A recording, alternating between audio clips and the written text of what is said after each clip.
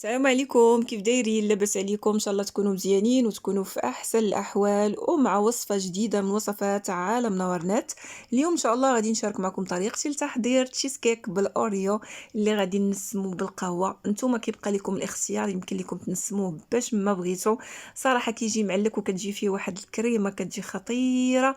نتمنى انكم تجربوها. وكيف كتعرفوا اننا لمشينا ناخذوا هاد تشيز كيك من المحلات فاكيد كيحسبوا لنا بواحد الثمن اللي مرتفع. يعني مثلا هذا المرسو هذا كناخذوه ب 15 درهم، لكن الا وجدتوه نتوما عندكم في البيت غيتقام عليكم ارخص. ان شاء الله تبعوا معايا الوصفه من الاول حتى الاخير، واكيد غادي تعجبكم ان شاء الله. وبالنسبه للمقادير اللي غادي نحتاجو باش نوجدوا هاد التشيز كيك ديالنا، غادي نحتاج هنا 5 الباكيات ديال الاوريو، عندي 80 غرام ديال البورنوازيت. كناخذوا الزبده الحيوانيه كندوبوها مزيان فوق البوطه وتنقصوا عليها على نار متوسطه، وكنخليو ديك الزبده ديالنا حتى كطيب وكتاخذ واحد اللون اللي كتشوفوا فيه دابا. كذلك يعني ملي كيكون توصل لواحد الفقاعات وكتسمعوا فيهم واحد الصوت كتعرفوا ان الزبده ديالنا راها واجده.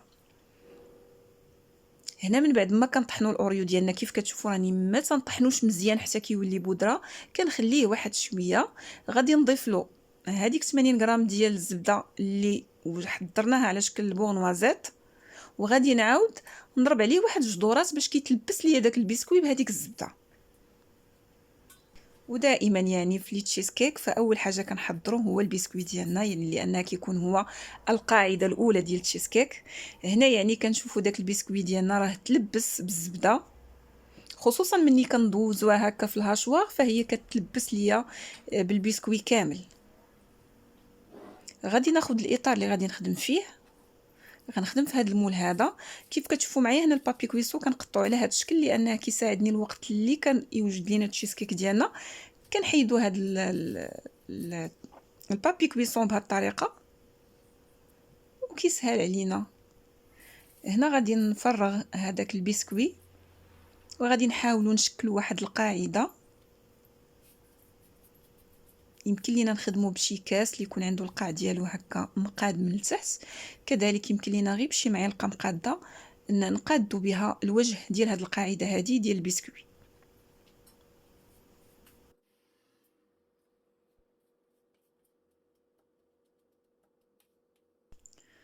وبهذه الطريقه هذه كنحاولوا اننا نضغطوا على هذاك البسكوي باش نشكلوا واحد القاعده. نضغطوا مزيان، يمكن لينا يعني غير بالمعلقه نقادو كذلك.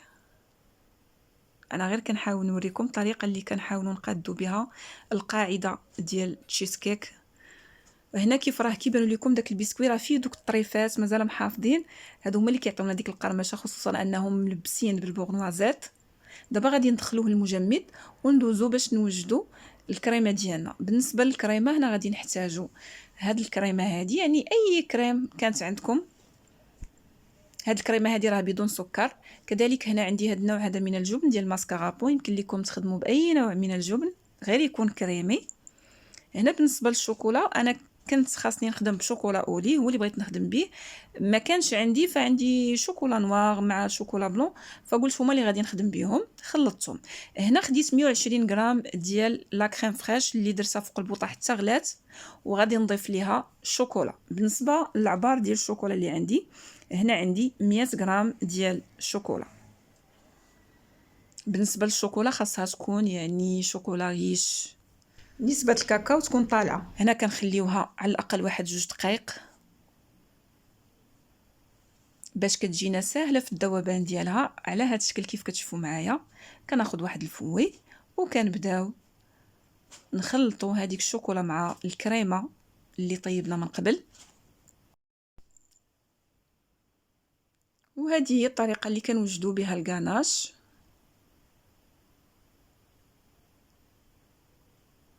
فدابا انا مازال غادي نضيف الكريمه. هنا درت 120 غرام ديال الكريمه اللي غليتها فوق البوطه، وغادي نضيف تقريبا واحد 100 غرام اخرى ديال الكريمه اللي هي بارده، يعني كنحاول نضيفها على هذا الكاناش هذا وانا كنخلط هكا غير بشويه بشويه. وغادي نستمر حتى نضيف الكريمه اللي عندي.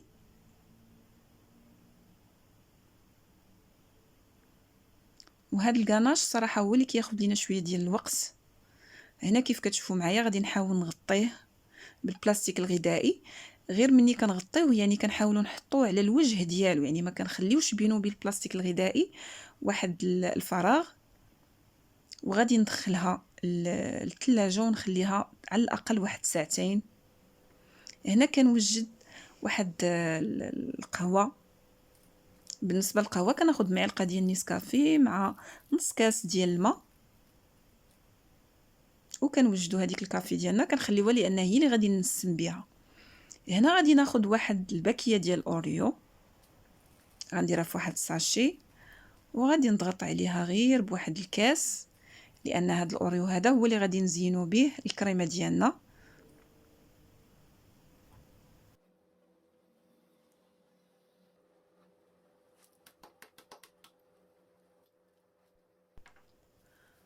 الاوريو ديالنا راه واجد اللي غادي نزينو به. هنا الكريمه ديالنا من بعد واحد ساعتين ضروري خاصها تكون بردات مزيان وشدات راسها باش تطلع معنا كريمه ناجحه 100%. هنا كنحولها لواحد البول اللي غادي نخدمو فيه،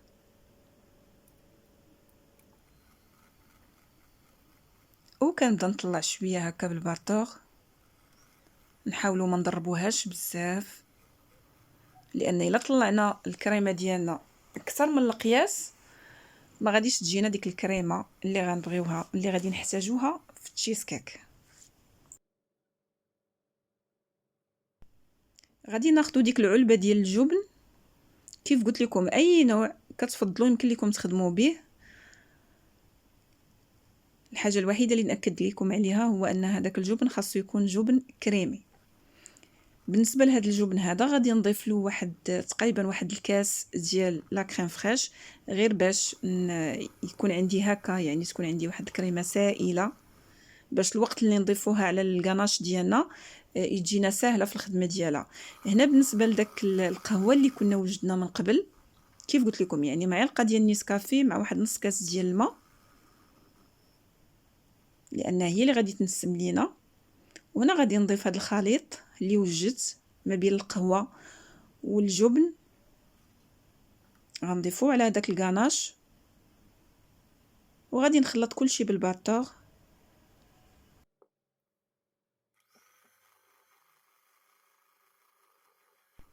وكنحاول دابا انني ندمج هذوك الكريمات مع بعضهم، يعني الكريمه اللي وجدنا ديال الجبن مع القهوه كذلك مع داك الكاناش.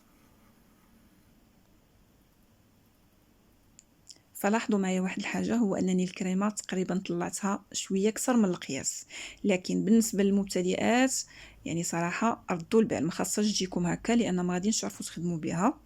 انا غادي نقول لكم علاش. فمن الاحسن ان الكريمه ديالنا تكون كريمه سائله. هنا بالنسبه لذاك البسكويت اللي كنت يعني ضربته شويه هكا بالكاس، قلت لكم راه غادي نزينو به الكريمه ديالنا، هو هذا. وكيف كتشوفوا معايا الكريمه ديالي راها قاصحه شويه. الا وقع لكم فحال هكا، الا وقع لكم فحال هكا فراه القضيه سهله. شنو غادي نديروا؟ غادي نضيفوا الكريمه اللي عندكم بدون ما تطلعوها ما والو، غير كتزيدوا كتضيفوها وانتم كتخلطوا حتى كتحسوا بالكريمه ديالكم بدات شويه كترجع سائله. المول ديالنا اللي كان في المجمد كيف كتشوفوا معايا راه جبدناه من المجمد، ودابا غادي نوضعوا عليه ديك الكريمه اللي وجدنا. هنا كتشوفوا معايا الكريمه الشكل ديالها كيفاش داير، يعني كيف قلت لكم يعني الكريمه هنا راها شويه واقفه. المهم انا غادي نمشي معاها شويه بشويه حتى نحاول انني نقادها على الوجه ديال داك البسكوي، غير بشويه بشويه. كيف قلت لكم يعني لو وقعتوا في هذا المشكل راه ساهل، يعني الحل ديالو ساهل. فقط كتضيفوا عليها شويه ديال الكريمه وانتم كتخلطوا وما كتطلعوش، غير كتخلطوا هكا بسباتيل حتى كتحسوا بديك الكريمه ديالكم بدات.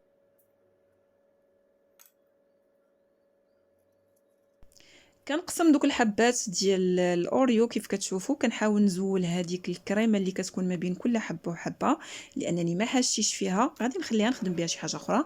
هنا بالنسبه للبسكوي كنطحنوه مزيان حتى كنحصلوا على واحد البودره ديال الاوريو. وهاد البودره هذه ديال الاوريو هي باش غادي نزين الوجه ديال هاد التشيز كيك. صراحه انا هاد الطريقه كتعجبني بزاف، وكتحس براسك انك يعني كتاكل في هذاك التشيز كيك اللي كله اوريو اللي منسم بالقهوه، يعني ما فيش شي اضافه اخرى. وهنا كيف كتشوفوا معايا راني نحاول انني نغطي الوجه مزيان بالاوريو، كانني كنعطيه طبقه اخرى بحال الطبقه اللي دايرين لتحت ديال البسكوي، كذلك غتكون عندنا وحده الفوق. هنا بالنسبه للبسكوي وانا كنخدم كيبان لكم انه كيطيح في الجناب ماشي مشكل. هنا يمكن لكم نتوما ديروا شي اناء اخر اللي كبير وتاخذوا هذيك داكشي اللي كيطيح في الجناب تعاودوا تخدموا به. انا هنا بالنسبه لي يعني سطح العمل راه نقي. التشيز كيك ديالنا ها هو وجد. غادي نزولو من هذا المول وغادي نشوفوا النتيجه. صراحه راه كيجي رائع. وهاد التشيز كيك ديالنا جا.